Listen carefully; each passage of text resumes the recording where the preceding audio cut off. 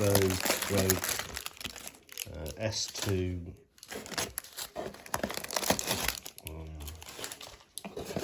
968 joints, which I've ordered from Fraser Park. I've got the grease and the bolts, all the clips.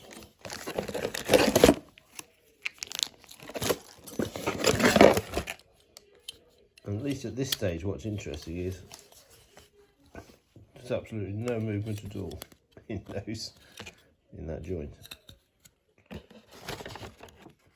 Total price from Fraser Park was £132 for 2 kits, joint kits.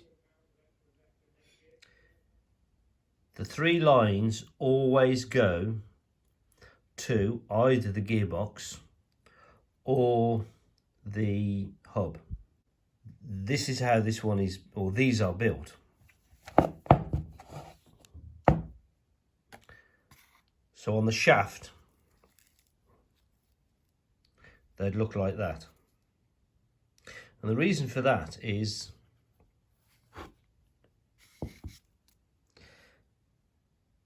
this area here, just there, is flat, and the flat area always goes to the gearbox or the hub. The single groove goes to the axle, and the reason for that is, if you look carefully, just there is a small chamfer.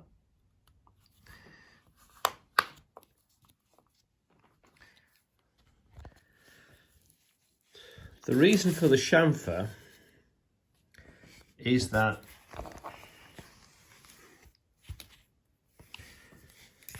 if this is the gearbox end, the axle will come out at an angle, or depending on how things are flexing, it'll be flexing up and down like that.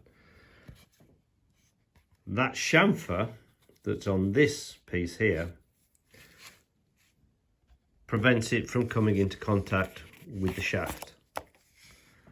And in the same way on the opposite side, the chamfer again should face towards the shaft. That shows up in one or two videos. But what I also found was that the arrangement of these is that you have this narrow piece here as opposed to this wide piece here, and that narrow piece matches that wide piece there. So if you take them apart and put them back together, that's how you have to do it, with the narrow piece here facing the wide piece. It will lock up if you do it any other way. But when you install them on the shaft, you're supposed to have the orientation so that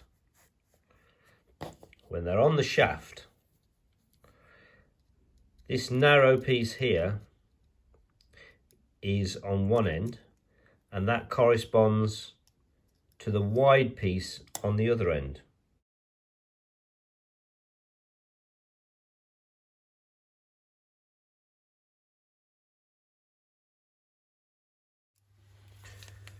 The kit comes with this GKN grease, Lowbro. The number on this particular one,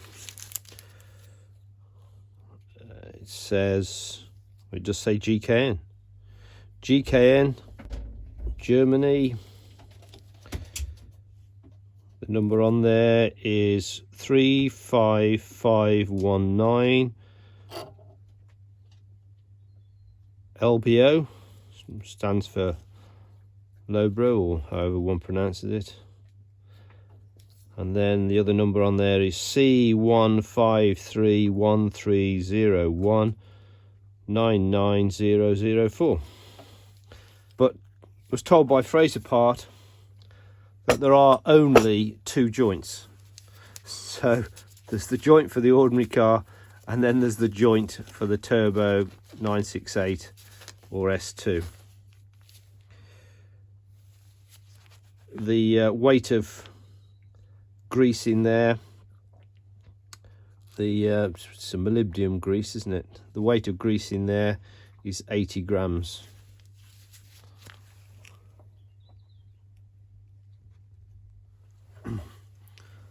I fed the grease in a bit like I would do a wheel bearing, which I'd normally fill my hand with grease and then force it through until it comes up to the other side of the bearing.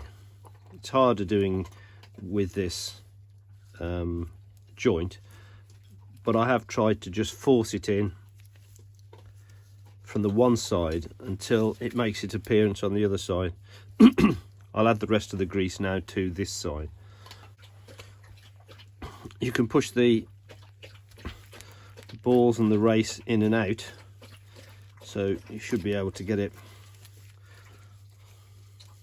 spread throughout the balls. I think the important thing for me is just to get this right, so that when it first starts off there's grease all over the balls. You have to put the clip on first, then the boot, followed by this cup. And if you look at the joint, there is a particular way it should go round. You've got three marks there and a single mark there. So the single line will go inside the cup. To get it to seat properly, I did have to tap it down so that I could get the circlip to go in place. I wasn't able to push it down myself enough to get this circlip to fit. There was no way I could get this to go down just using my hands. Definitely had to do a fair bit of tapping down in order to get the new CV joint to go down far enough on the splines so that I could engage the circlip. In comparison to the used ones that were on the car, or from the spares that I bought, I've manoeuvred this around a little bit, but there would appear to be no movement on the splines or indeed in the balls or the race.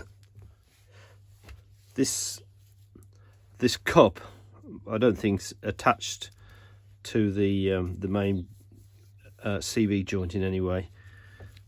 That would be achieved when the bolts go in. I've put the bolts in here on this one just to make sure they do line up before I start putting the clips that will seal the gaiter in place. A minor problem I found was persuading the cup here to go on nicely. No matter how hard I tried, I couldn't get it to just clip into place. It would always go at an angle. Maybe it's just this cup, or maybe it was me. So I ended up putting the bolt in and then doing them all up gradually round. I did that for all of the bolts so that that cupped piece would fit properly, and of course with the bolts in, hopefully it should just slot straight through. The next minor problem I had was, how do you get this clip to actually go over that first part of the clip before you then squeeze those together to make it grip.